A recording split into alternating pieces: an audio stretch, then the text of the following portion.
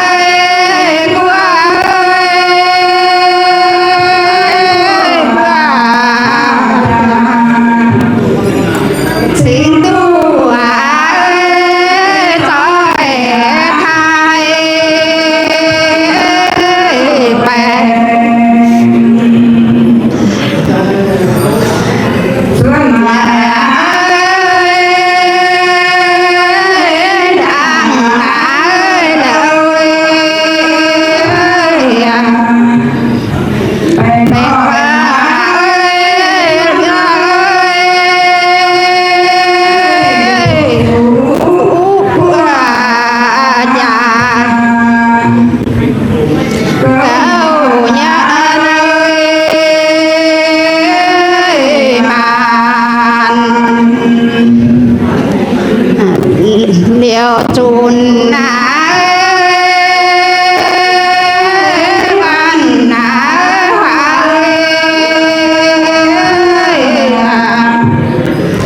đàn khói chuột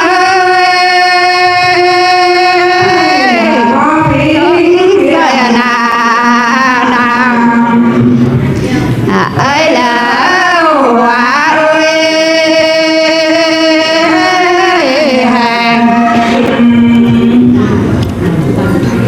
nhiều nhà na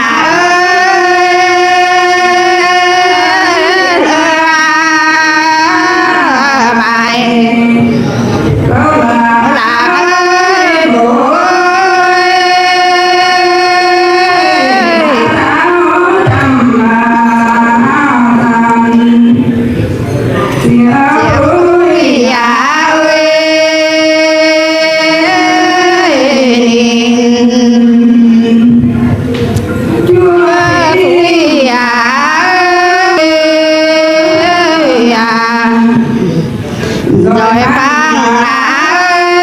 bụi ơi mà tiếng lá yêu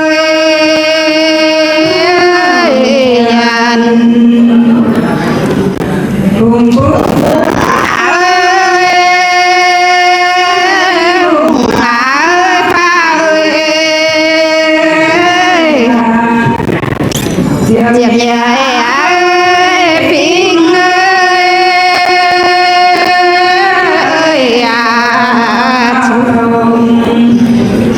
dịp dâu phi ơi